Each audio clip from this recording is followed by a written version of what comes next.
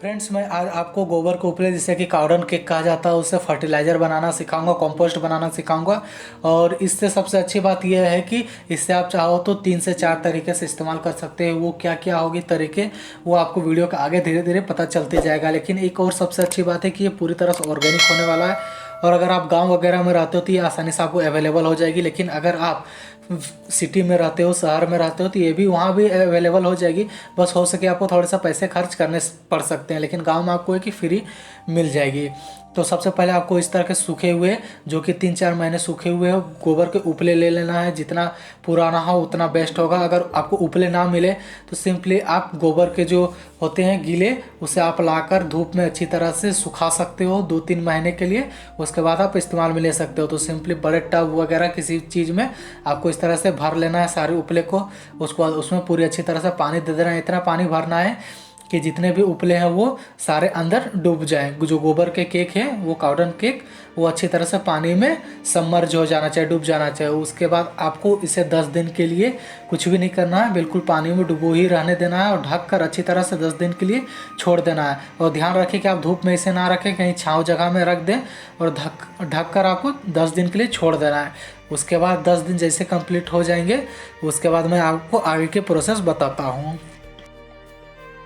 तो यहाँ पर 10 दिन कंप्लीट हो चुके हैं, आप देख सकते हो। 10 दिन कंप्लीट होने के बाद इसका पानी पूरे ब्राउन कलर में चेंज हो गया है और आप देख सकते हो कितनी अच्छी तरह से यहाँ दिख रहा है। तो सबसे पहले क्या करना है, किसी मग की मदद से, किसी बाल्टी में आप इसके पानी को जितना हो सके उसे आप एक्सट्रैक्ट कर ले, निकाल ले पूरे अच्छी तरह से।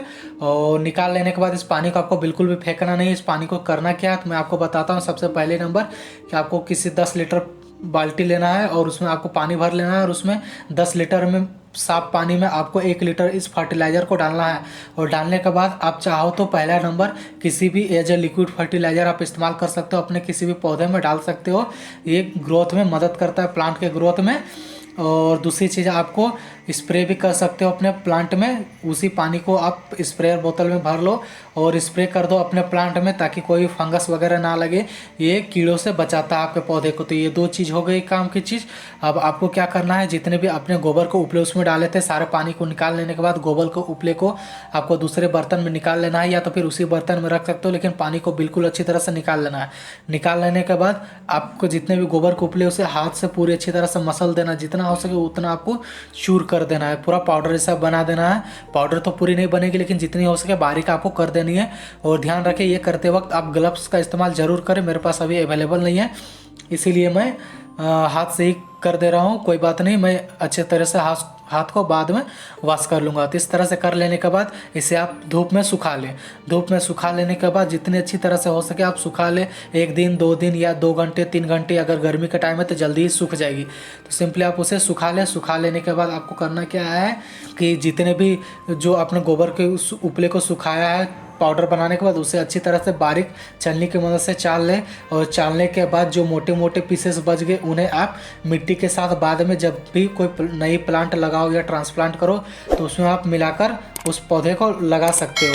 और जो बारीक आपने चाले हुए पीसेस पाउडर है उन्हें आप किसी भी पौधों में, जैसा कि अभी पता ही आपको गर्मी का टाइम है, तो गर्मी के टाइम पे आप पौधों में मल्चिंग करने के लिए आप उसमें इस्तेमाल कर सकते हो। इससे क्या होगा कि ये पानी को अच्छी तरह से सोक करता है और एज ए फर्टिलाइज़र भी आपका काम करेगा। धीरे धीरे स्लो रिलीज फर्टिलाइज़र की तरह ये काम करता रहेगा।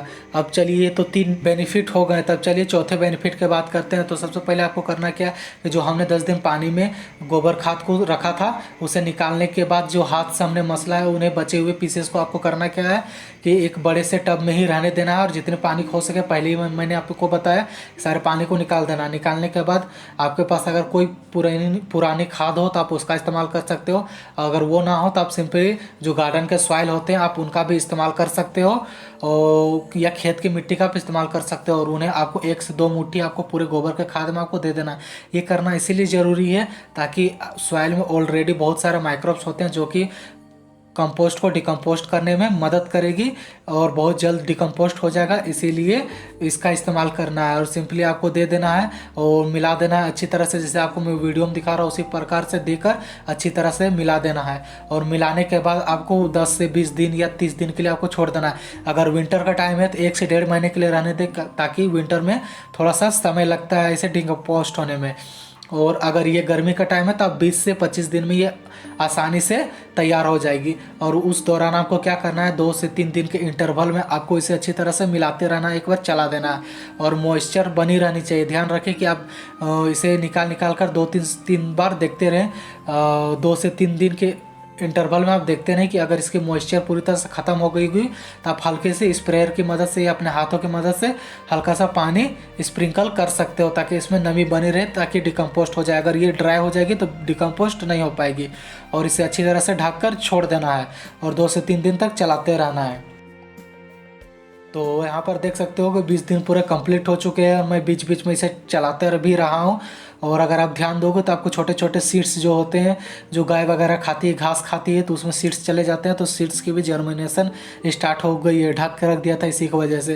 तो कितनी अच्छी 20 दिन के बाद ही कितनी अच्छी खाद बन गई है, क्योंकि अभी गर्मी का टाइम में स्टार्ट हो गया, इसीलिए खाद अच्छी खासी बन गई है। अगर विंटर का टाइम होता तो इसमें अभी काफ़ी ज़्यादा टाइम लगता था। अब इसे आप किसी भी चीज़ में आप इस्तेमाल कर सकते हो। सिंपली आप चाहो तो अपने हिबिस्कस में, बोगनविलिया में, किसी भी चीज़ में आप इस्तेमाल कर सकते हो।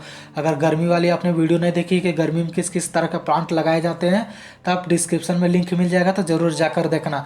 तो आप देख सकते हो कितनी बेहतरीन खाद बनी है। और आपको सिंपली कुछ नहीं करना है, आपको जब भी ज़रूरत पड़े तो आप इसमें से उठाओ और इस्तेमाल कर सकते हो, अपने किसी भी पौधे में दे सकते हो।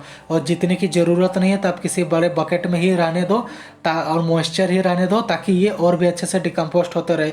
एक बात का हमेशा ध्यान रखना खाद बनाते समय, कि खाद जितना पुराना आपका होगा उतना बेस्ट होता है, उतना वो काम करता है, उतना बेहतरीन।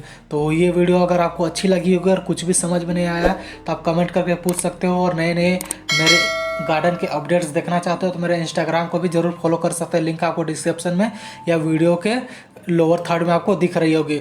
तो फिर मिलते हैं इसी तरह अगले वीडियो में। तब तक के लिए take care, good bye and जय हिंद।